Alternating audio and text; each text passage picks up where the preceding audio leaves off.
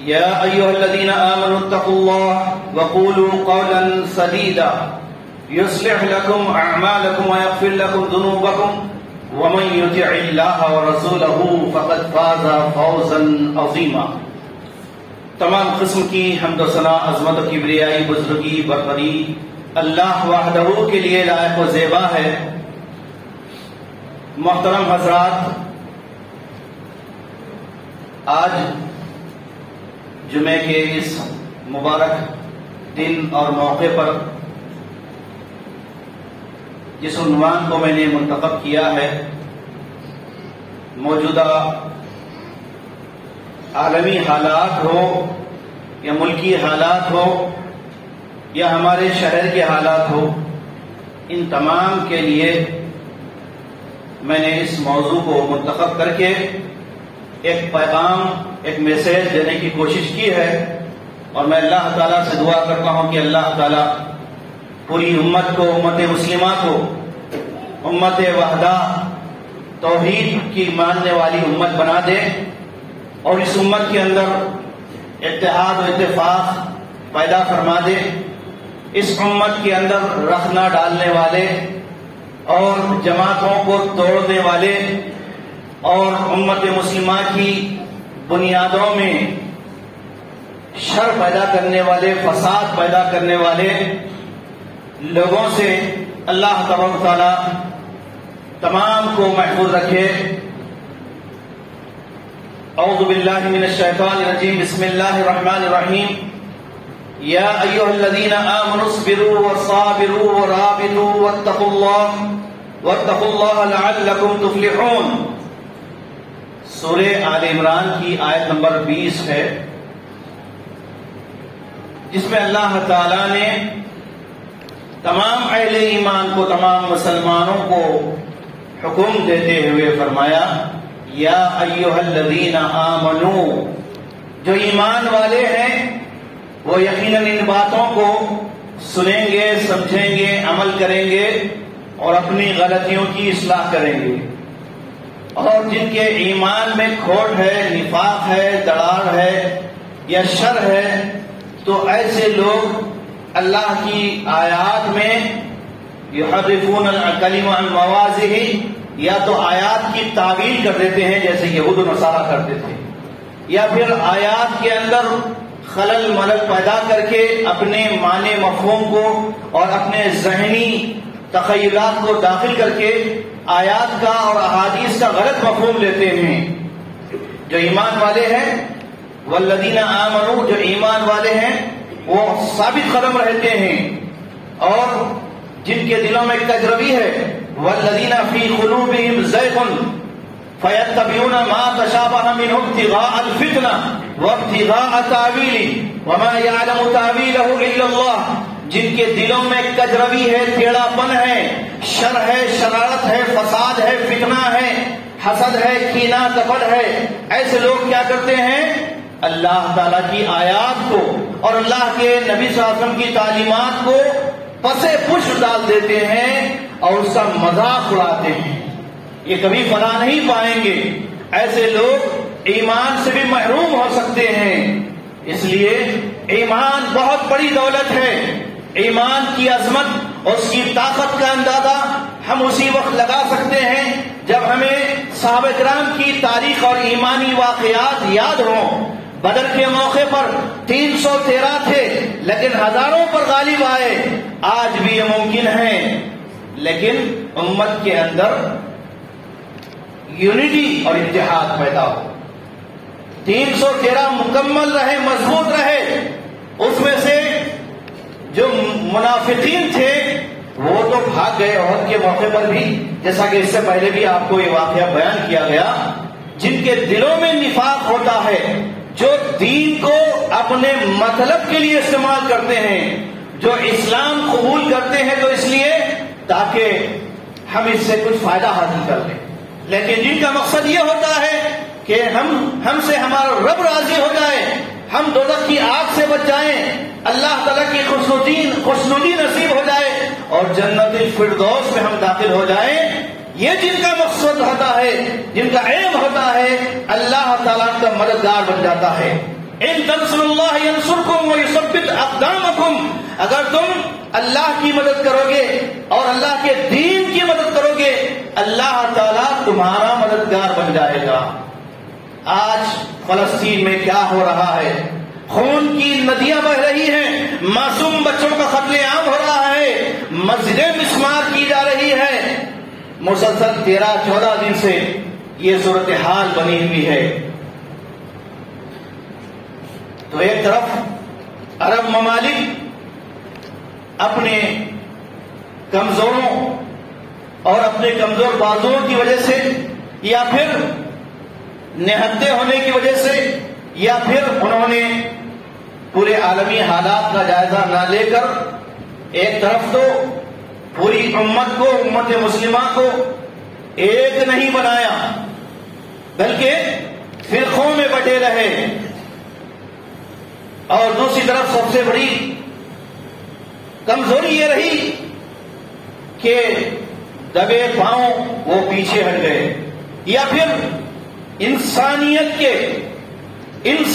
کے اور اسلام کے سب سے بڑے دشمن یہودیوں سے یا تو ساز باز کر لی، یا پھر ان کا خوف ایسے طاری ہوا، ان کے میزائل کا، ان کے بموں کا اور ان کی ٹیکنالوجی کا، کہ ان کے خلاف آواز اٹھانا ان کے بس کی بات نہیں ہے۔ ایسے موقع پر پوری دنیا کے مسلمانوں کے لیے اللہ تعالیٰ کی طرف سے پیغام ہے۔ سورہ آل عمران آیت نمبر 20، یا ایھا الذین آمنوا اصبروا وصابروا ورابطوا واتقوا اللہ لعلکم تفلحون، اے ایمان والو تم صبر اختیار کرو، ثابت قدمی اختیار کرو، وصابروا اور باطل پرستوں کے مقابلے میں پامردی دکھاؤ، اپنی طاقت اور اپنی قوت ایمانی کا مظاہرہ کرو، ورابطو اور حق کی خدمت کے لیے، سچائی کے لیے، توحید کی دعوت کے لیے، انبیاء کرام کا جو مشن تھا اور اللہ تعالیٰ کی مشیت اور اس کے انسانوں کے پیدا کیے جانے کا مقصد تھا کہ سارے بندے اللہ کی بندگی کریں اور حق کو قبول کریں۔ تو اس معاملے میں حق کے علمبردار بن جاؤ، حق کی خدمت کے لیے کمر بستہ رہو، کمر بستہ رہو، جڑ کر رہو، ورابطو واتقوا اللہ، یہ تو ظاہری ہتھیار ہے تمہارے کہ ایک دوسرے سے مضبوط رہو، کوئی دراڑ نہ رہے آپس میں ایک دوسرے کے خلاف۔ ایک کلمہ کو مسلمان ہے تو دوسرے مسلمان سے بغض رکھنا، غصہ کرنا اور حسد کرنا، دشمنی کرنا اور اس کے خلاف سازشیں کرنا اسلام میں حرام ہے۔ اللہ کے نبی صلی اللہ علیہ وسلم نے فرمایا لا تحاسدوا ولا تباغضوا ولا تناجشوا وكونوا عباد اللہ اخوانا، کہ تم آپس میں حسد نہ کرو، آپس میں ایک دوسرے کے خلاف نہ ہو جاؤ اور مل جل کر رہو، تم سب بھائی بھائی ہو، بھائی بھائی بن کر رہو۔ پیارے نبی صلی اللہ علیہ وسلم نے فرمایا کہ پورے مسلمانوں کی مثال، سارے کلمہ گو مسلمانوں کی مثال کیسی ہے؟ المؤمن للمؤمن کالبنیان، ایک مومن دوسرے مومن کے لیے ایک عمارت کی حیثیت رکھتا ہے۔ جس طرح ایک بلڈنگ، ایک عمارت اینٹ سے اینٹ مل کر پوری عمارت بنتی ہے، اگر کچھ اینٹیں نکال دی جائے تو عمارت کھوکھلی ہو جاتی ہے۔ اسی طرح مسلمان ایک مضبوط عمارت کی طرح ہے، شیشہ پلائی ہوئی دیوار کی طرح ہے، ان میں اگر دراڑ اور شقاق پیدا ہوتا ہے تو یہ کمزور پڑ جاتے ہیں۔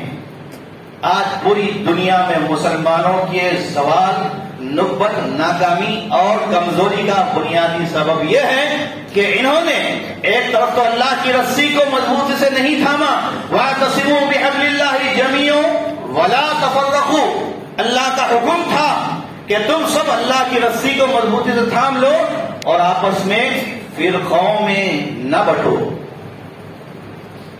اس حکم کی خلاف ورزی کی مسلمانوں نے، اللہ سے نہیں ڈرے، اللہ کی رسی کو نہیں تھامے، قرآن اور شریعت کو، سنت رسول اللہ کو نہیں مضبوطی سے اپنایا، فرقوں میں، مسلکوں میں، طبقوں میں، خوارج میں، لادینیت میں، منکرین حدیث میں بڑھ گئے،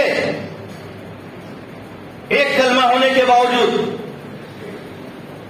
وَلَا تَفَرَّقُوا کہا، پھر دوسرا حکم کیا دیا؟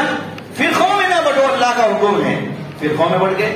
ایک فرقہ نہیں، فرقوں میں فرقے، فرقوں میں فرقے، ایک فرقے میں بھی اگر 20-25 لوگ کا ایک ٹیم ہے، فرقہ ہے، اس میں بھی 25 میں اور 25 رہتے، فرقوں میں فرقے، یہ امت کی تباہی کا سبب ہے۔ اس کی اسباب بھی میں آپ کو بتاؤں گا، بالکل اختصار کے ساتھ اپنی بات کو آگے لے جاؤں گا۔ وَرَابِطُوا وَاتَّقُوا اللَّهَ، ظاہری ہتھیار یہ ایمانی طاقت باطنی ہتھیار ہے۔ ایمانی طاقت، ایمان کا مضبوط ہونا، یہ اندر کی طاقت ہے، اور یہی مقصود ہے جو توحید سے مکمل ہوتی ہے۔ توحید نہیں ہے تو ایمان کمزور ہے، وہ ایماندار مضبوط ایمان والا نہیں ہے، کھوکھلا ہے وہ، جس کے اندر شرک ہے، خوف خدا نہیں، خشیت الناس ہے، لوگوں کا خوف ہے کہ ان کے پاس ہتھیار ہے، میزائل ہے، فلاں ہے، یہ ڈر ہے۔ یہ ڈر صحابہ میں نہیں تھا۔ 313 نہتے مسلمان کمزور، رمضان کا موقع ہے، روزے کی حالت میں ہے، اس موقع پر جنگ لڑی جا رہی ہے 17 رمضان کو۔ دوسری طرف ان کے مقابل میں کفار 1000 کفار ہتھیار لیس ہیں، مضبوط ہیں، اور ساری ان کے پاس چیزیں موجود ہیں۔ مسلمان وہاں پر ڈرے نہیں، گھبرائے نہیں، اور خوفزدہ نہیں ہوئے، کمزور نہیں ہوئے۔ انہوں نے یہ نہیں دیکھا کہ سامنے والا کتنا پاورفل ہے، ہمارے پاس کچھ بھی تیاری نہیں ہے، ہم کیا کر سکتے ہیں، نہیں بولے مسلمان۔ اللہ کے نبی صلی اللہ علیہ وسلم نے ان کو ایسی تعلیم دی، ایسا سبق دیا، فرمایا رات میں اٹھے اللہ کے نبی صلی اللہ علیہ وسلم میدان بدر میں، رات کی تنہائی ہے، اٹھ کر دعا کر رہے ہیں، اے اللہ ان تہلک هذه العصابہ فلن تعبد بعد، اے اللہ یہ چھوٹی سی صحابہ کی، یہ مسلمانوں کی جماعت ہے، یہ اگر آج ہلاک ہو گئی، اگر یہ مغلوب ہو گئی، تو یاد رکھ میرے مولا، آج کے بعد اس سرزمین پر، اس کائنات میں کوئی تیرا نام لیوا نہیں ہوگا، تیری عبادت کرنے والا نہیں ہوگا کوئی۔ اس طرح اللہ کے نبی صلی اللہ علیہ وسلم نے گڑ گڑا کر دعائیں کی، اللہ کے نبی کے ساتھ صحابہ کرام نے بھی دعائیں کی۔ اور پھر جب مقابلہ ہوا تو اس مقابلے میں کیا ہوا؟ اگر تعداد میجارٹی کو دیکھیں گے تو غیروں کی میجارٹی زیادہ تھی، ادھر مسلمانوں کی میجارٹی نہیں تھی، مائنارٹی میں تھے، مختصر تھے۔ تو یاد رکھیے ہمیشہ جیت مائنارٹی کی ہوتی ہے، یعنی قلت کی ہوتی ہے، کثرت کی نہیں ہوتی۔ کثرت میں گرچہ کہ لوگ جمع کر لیتے ہیں، سب ہمارے پاس زیادتی ہے، لیکن یاد رکھیے حق جس کے پاس ہے اسی کی جیت ہوتی ہے۔ قرآن کا فلسفہ ہے، قرآن کا یہ اصول ہے۔ آپ پڑھیے طالوت و جالوت کا قصہ، طالوت و جالوت کا قصہ پڑھیے داؤد علیہ السلام کے دور کا، تو آپ کو سبق یہ ملے گا، کم من فیۃ قلیلۃ غلبت فیۃ کثیرۃ باذن اللہ، کتنی چھوٹی چھوٹی جماعتیں اللہ کے حکم سے بڑی بڑی جماعتوں پر غالب آ گئی اور آ چکی ہے۔ یہ تاریخ ہے۔ الغرض بتانا یہ مقصود ہے کہ آج عالمی حالات بہت دگرگوں ہیں، بہت انتشار کا شکار ہیں۔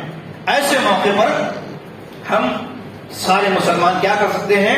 ان کے حق میں، فلسطینی عوام کے حق میں، فلسطینی مسلمانوں کے حق میں، اور فلسطین کے اندر جو شہید ہو گئے فلسطینی مجاہدین اور مسلمان، ان کے حق میں دعائیں مغفرت کر سکتے ہیں، اور ان کے لیے اللہ تعالیٰ سے امن مانگ سکتے ہیں کہ اللہ تعالیٰ ان کی جان کی، مال کی، ایمان کی حفاظت فرما. اور دوسری طرف اسرائیل کا بائیکاٹ کر سکتے ہیں. اسرائیل کا جتنا پروڈکٹ ہے جو ہم اور آپ جانے اور انجانے میں استعمال کر رہے ہیں، کوک استعمال کر رہے ہیں، اور کتنے پروڈکٹ استعمال کر رہے ہیں، کتنی چیزیں استعمال کر رہے ہیں، ان پروڈکٹ سے آپ اس کا بائیکاٹ کریں گے، سارے دنیا کے مسلمان بائیکاٹ کریں گے، تو انشاءاللہ ان کو جو ہے نقصان پہنچے گا، ان کو تکلیف ہوگی، اسرائیل کو تکلیف ہوگی. کیونکہ ان کی طاقت کیسے ہے؟ یہی میڈیا سے ہے، پروڈکٹ سے ہے. جو عالمی میڈیا ہے اس سے وہ دولت کماتے ہیں، مٹھی بھر ہے وہ، لیکن پلاننگ ہے ان کے پاس، مٹھی بھر ہے پوری دنیا میں. اور اللہ تعالیٰ نے قرآن میں کیا فرمایا؟ لن ترضى عنك اليهود ولا النصارى حتى تتبع ملتهم. اے مسلمانوں سن لو، یہ یہود و نصارہ تمہارے موافق کبھی نہیں ہو سکتے، تمہارے دوست نہیں بن سکتے. ہاں، تمہارے دوست اسی وقت بن سکتے ہیں، یا تم ان کے دوست اسی وقت بن سکتے ہیں جب تک کہ تم ان کے ہم نوا نہ بن جاؤ، جب تک کہ ان کے کلچر، ان کے عقیدے، ان کے طور طریقے کو نہ اپنا لو. یہودی کیا چاہتے ہیں؟ یہود کیا چاہتا ہے؟ اسرائیل کیا چاہتا ہے؟ کہ مسلمان باقی رہے نام کا، لیکن اس کے دل میں عظمت رہے کس کی؟ اسرائیل کی. اسرائیل کا خوف رہے، اسرائیل سے محبت رہے. اس لیے آج کا نوجوان، آج کے نوجوان لڑکے اور لڑکیاں پورے یہود و نصارہ کے طور طریقے کو اپنائے ہوئے ہیں. مسلمانوں کی بھی یہی حالت ہے. آپ دیکھ لیجئے، کھانے پینے میں انہی کا طریقہ، لباس میں انہی کا طریقہ، حتیٰ کہ بالوں کے ہیئر اسٹائل پورے یہودیوں کے طریقے کے مطابق. ساری چیزیں الا ماشاء اللہ یہودیوں کے جیسے ہیں ہمارے. اب اللہ کی مدد کب آئے گی بتائیں؟ اللہ کی مدد آئے گی نہ ہم صورت کے مسلمان نہ سیرت کے مسلمان. ہمارے دلوں میں اللہ کے رسول کی محبت نہیں ہے، مفاد پرستی ہے، یا تو نفاق ہے، یا تو پھر عصبیت، تعصب، انتقام اور عیش پرستی.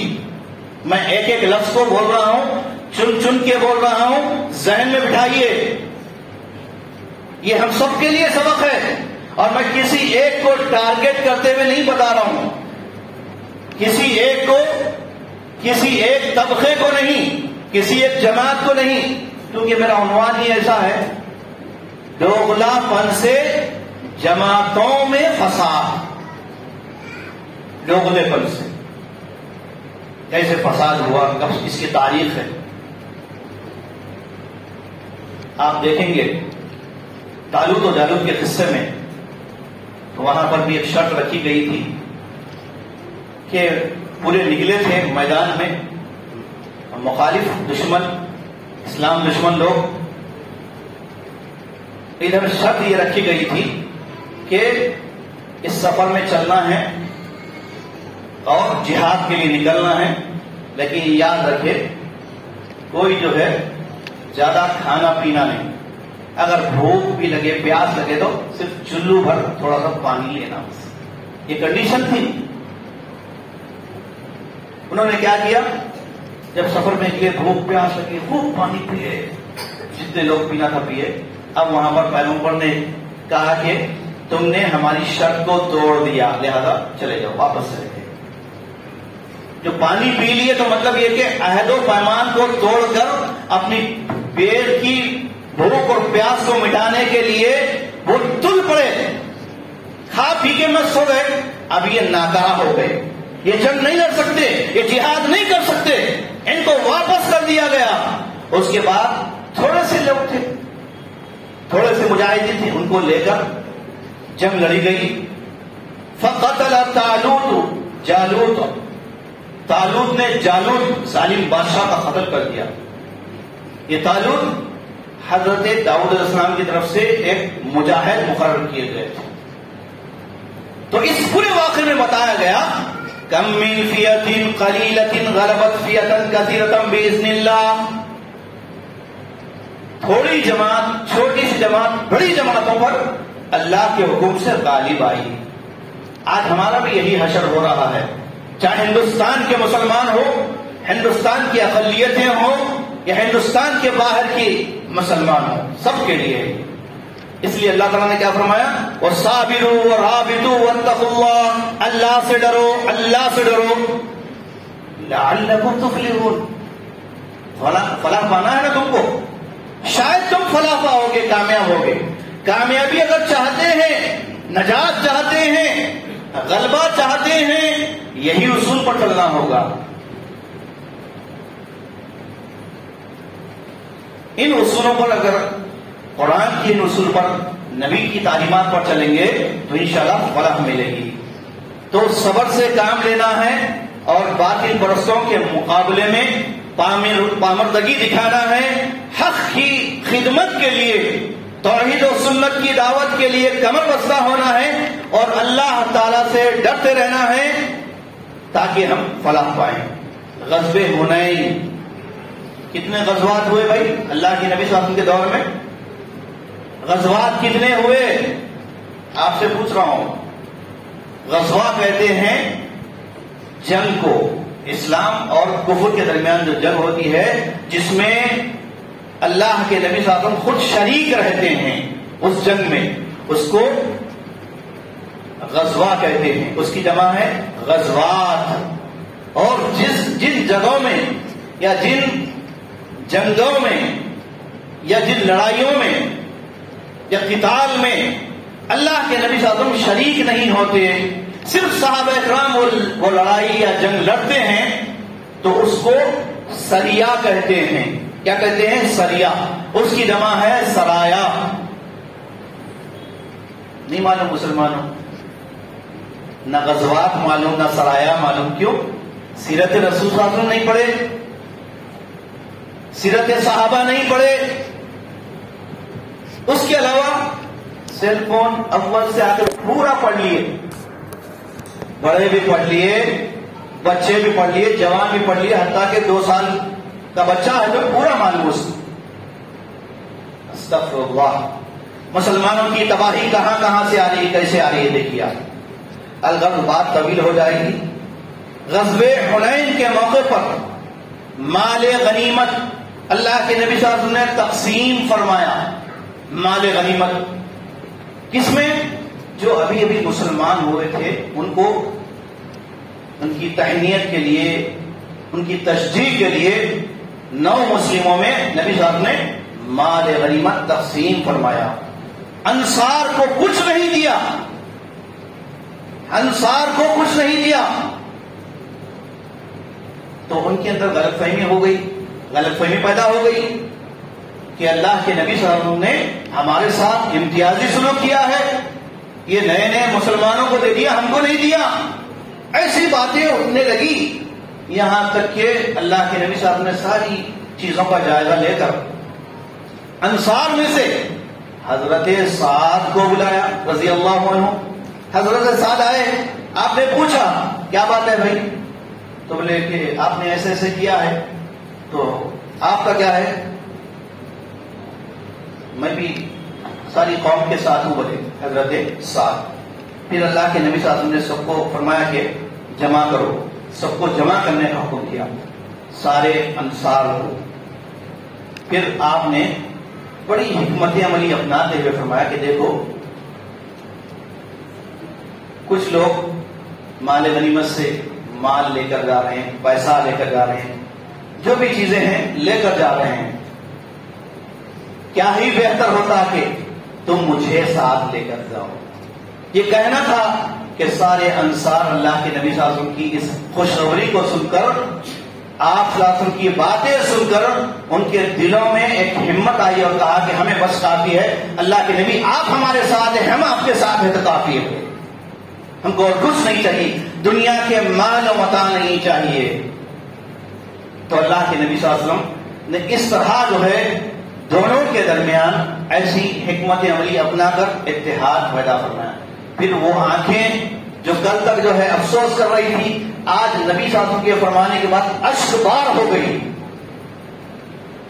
اب آئیے ہمارا آپس میں رابطہ تعلق کیسا ہونا چاہیے، عہدوں کا، عہدے داروں کا۔ پہلی چیز تو یہ سمجھیے، عہدہ ایک عارضی چیز ہے، چاہے کہیں کا بھی عہدہ ہو۔ خدمت یہ اصل چیز ہے۔ کسی انسان کے اندر، کسی مسلمان میں اگر خدمت کا جذبہ ہو، چاہے مسجد کی خدمت ہو، مدرسے کی خدمت ہو، بستی والوں کی خدمت ہو، لوگوں کی خدمت ہو، جماعت کی خدمت ہو، خدمت کا جذبہ ہے اور اللہ تعالی سے امید ہے اور اللہ تعالی سے توقع ہے کہ اللہ تعالیٰ اس خدمت کا مجھے اللہ ہی اجر دینے والا ہے، تو ایسے ہی لوگ سچے لوگ ہیں۔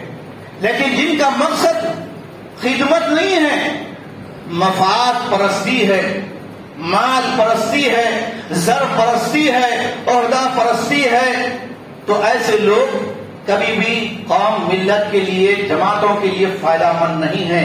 یہ جماعتوں میں فساد ڈالنے کی پہلی بنیاد ہے۔ کوئی بھی جماعت ہو، کوئی بھی ٹیم ہو، کوئی بھی جو ہے سوسائٹی ہو، کوئی بھی این جی او ہو یا کوئی بھی تنظیم ہو، یہ دڑار پیدا کرنے کی وجہ سے۔ اس کے بعد کسی جماعت کا ایک قائد ہوتا ہے، لیڈر ہوتا ہے، جس کو امیر کہتے ہیں یا قائد کہتے ہیں۔ تو امیر جماعت اور اس کا ادب اور احترام، ادب اور احترام کا اصل مقام دل دماغ ہے۔ اگر یہ نہیں تو پھر یا تو مفاد پرستی ہے، نفرت ہے، زبان درازی ہے، حسد ہے، بغض ہے، یہ ساری چیزیں پیدا ہو جاتی ہے۔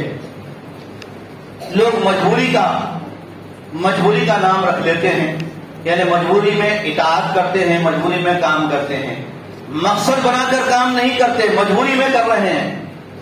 کیا کرنا بھائی، مجبوری ہے کر لے رہے ہیں۔ کر رہے کیوں بھائی؟ آپ نام کے لیے کر رہے ہیں، عہدے کے لیے کر رہے ہیں۔ کرنا ہے تو پورا کھل کے کرو، اللہ کے دین کا کام ہے، جماعت کا کام ہے، مسجد کا کام ہے، مدرسے کا کام ہے، تو اللہ کی رضا کے لیے کرو اور آپس میں مختلف نہ ہو جاؤ۔ جو نام نہاد اراکین ہیں، نام نہاد ذمہ دار ہیں، یہ لوگ کیا کرتے ہیں، ایسی مصیبت میں، مسائل میں کیا کرتے ہیں، رفو چکر ہو جاتے ہیں، کیونکہ ان کا مقصد جو ہے قوم و ملت کی خدمت نہیں ہوتا۔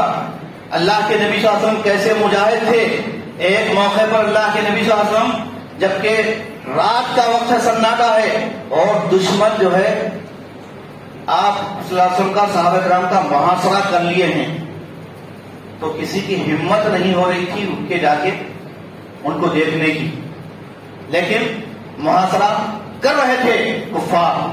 تو اللہ کے نبی صلی اللہ علیہ وسلم اکیلے تنہا اٹھے اور صحابہ کرام سے نکل کر دور گئے، دیکھ کے پھر کچھ دیر کے بعد آئے اور آپ نے فرمایا، صحابہ نے پریشان ہو کر کہا کہ آپ کہاں چلے گئے تھے، ہم کو تو خوف ہو رہا تھا آپ کی جان کا۔ تو ہم نے فرمایا کہ نہیں، تم کو گھبرانے کی، ڈرنے کی ضرورت نہیں ہے، دشمن ہمارے پاس نہیں ہے، وہ چلا گیا ہے۔ تو یہ اللہ کے نبی صلی اللہ علیہ وسلم کی قائدانہ صلاحیت اور یہ قوم و ملت کی اور امت کی رعایت کی، نبی صلی اللہ علیہ وسلم سے یعنی رابطے کی کیفیت، اتحاد کی کیفیت۔ اس کے بعد ایک اور آیت ہے سورہ نساء کی آیت نمبر 59، جس میں اللہ تعالیٰ نے سماع اور طاعت کا حکم دیا کہ سماع یعنی سننا اور اطاعت کرنا۔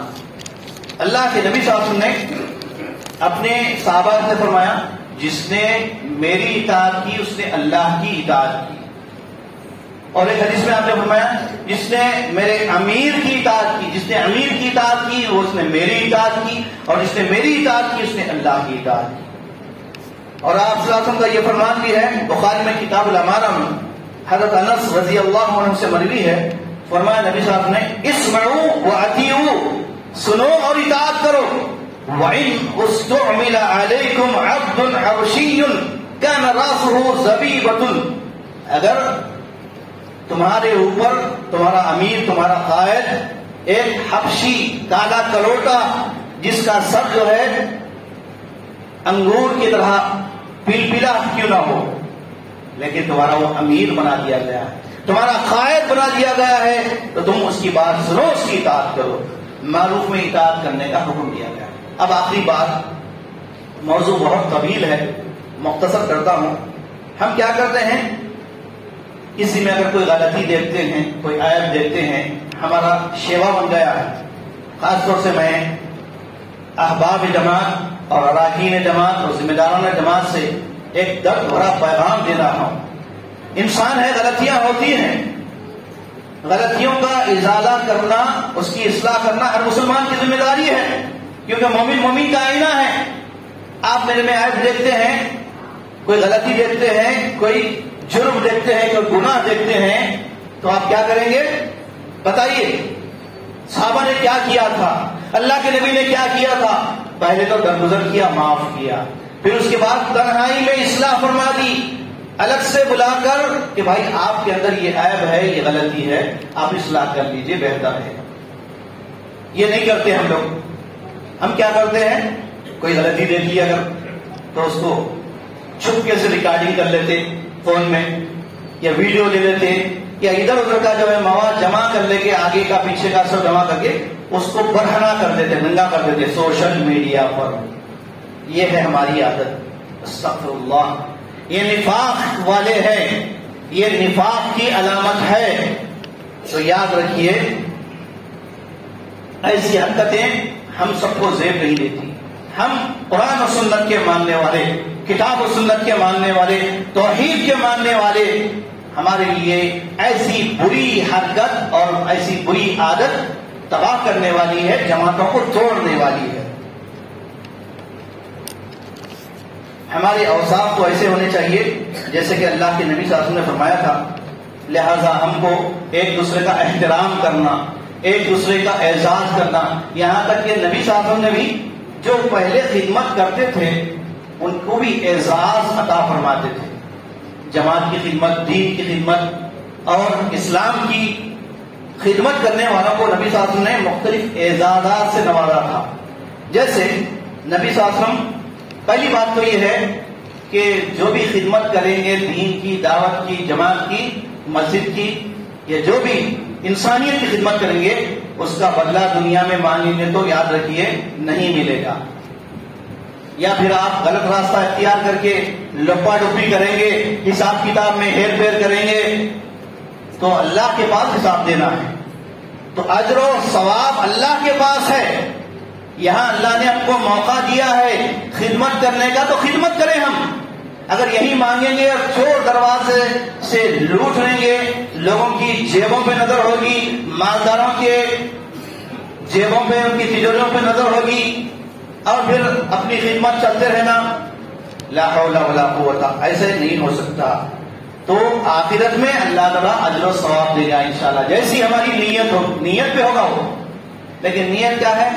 ریاکاری کی ہے تو ثواب بھی نہیں ملے گا، آخرت میں بھی دکھاوا ہے.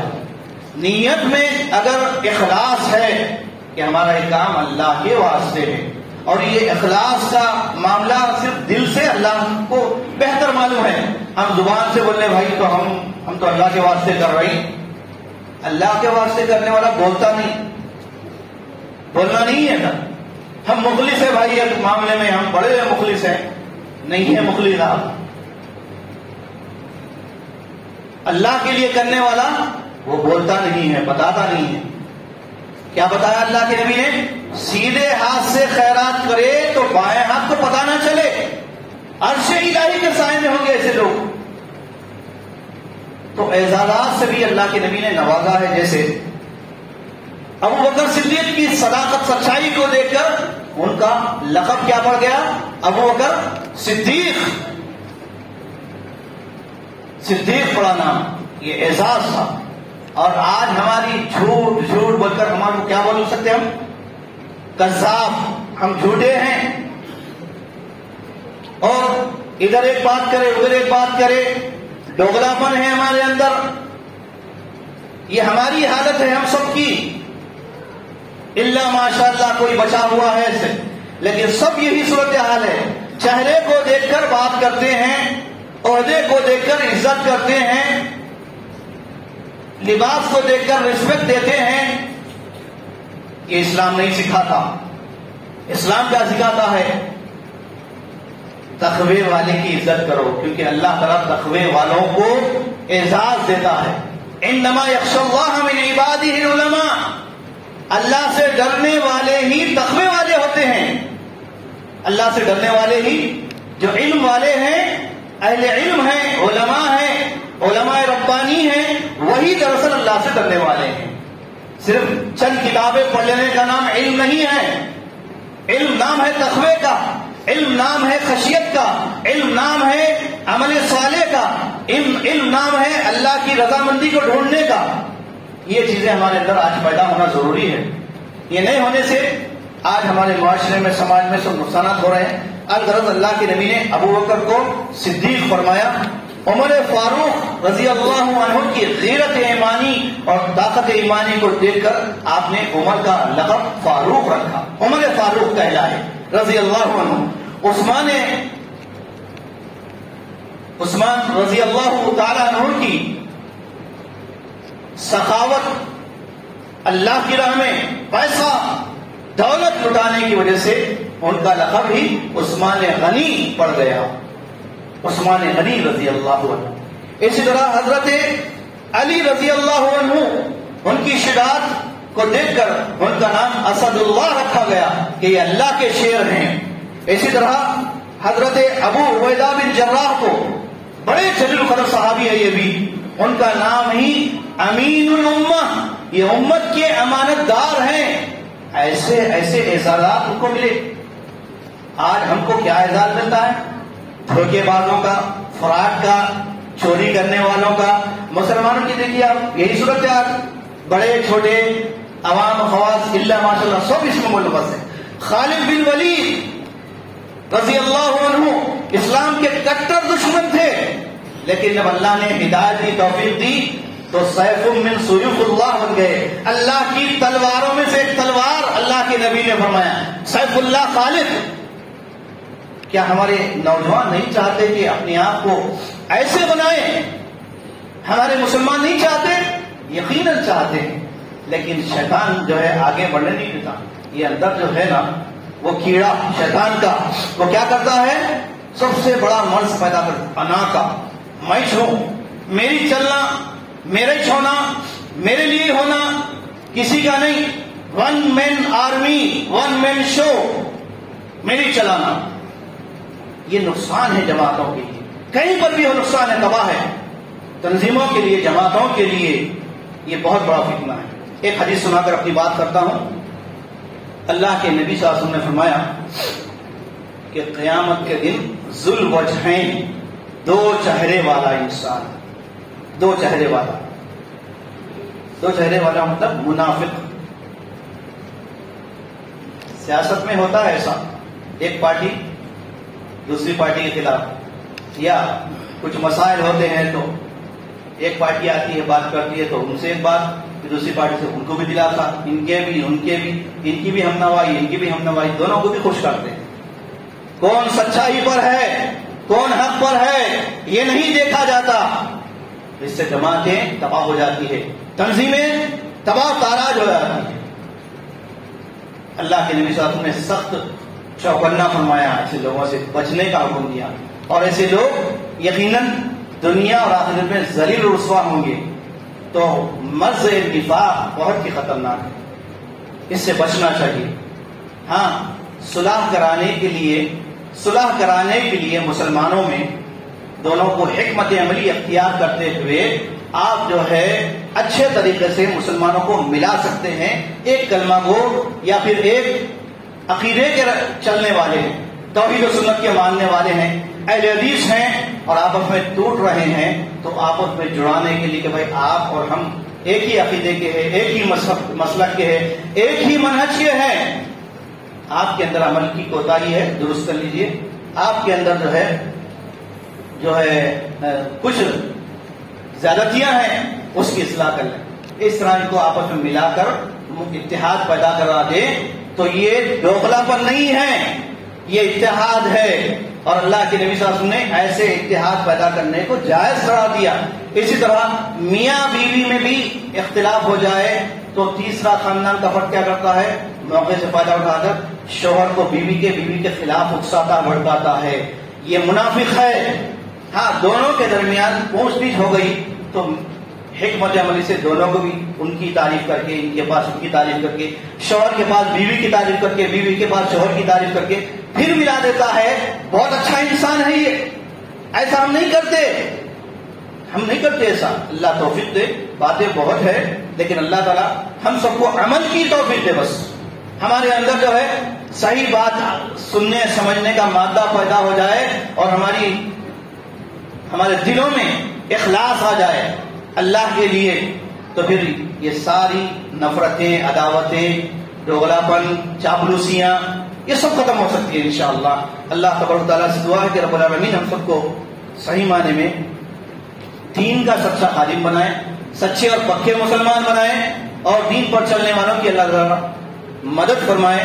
اور جو لوگ تیرے دین سے، اسلام سے کٹے ہوئے ہیں اللہ تعالیٰ ان کو توفیق دے، ہدایت دے. اے اللہ جو اسرائیل پورے فلسطین میں بربریت ظلم اٹھا رہا ہے اللہ تعالیٰ اس کو نیست و نابود فرما دے، ظالموں کی سرکوبی فرما دے. ظالموں کو اللہ تعالیٰ موقع نہ دے، اس لیے کہ ظلم شرک سے بڑا گناہ ہے. شرک سے بڑا ہے. اللہ تعالیٰ شرک کو ایک معنی میں ایک وقتی طور پر سمجھے گے برداشت کر لیتا ہے، لیکن جہاں ظلم ہوتا ہے انسانوں پر اور دھرتی پر تو اللہ تعالیٰ اس ملک کو تباہ و تاراج کر دیتا ہے. لیکن ضرورت اس بات کی ہے کہ مظلوم لوگ بھی اپنی اصلاح کر لیں، چاہے مظلوم فلسطینی ہو یا مظلوم دنیا کے مسلمان ہو یا کہیں کے بھی ہو. اللہ تعالیٰ آفتیں دیتا ہے عذاب کی شکل میں ظالم حکمرانوں کو مسلط کر کے. سنیے حدیث اللہ کے نبی نے فرمایا اللہم لا تسلط علینا من ظلمنا، اے اللہ ہم پر ایسے حکمرانوں کو مسلط نہ کر جو ہم پر ظلم و زیادتی کرنے والے ہیں. اللہم انا نجعلک فی نحورہم ونعوذ بک من شرورہم. نمازوں کے بعد ان دعاؤں کو کریے. آپ انشاءاللہ پوری امت کا اتحاد ہوگا اور مظلوم کی مدد ہوگی اور ظالم نیست و نابود ہوگا. اللہ تبارک و تعالی ہم سب کو نیک عمل کی توفیق عطا فرمائے. آمین. وآخر دعوانا الحمدللہ رب العالمین.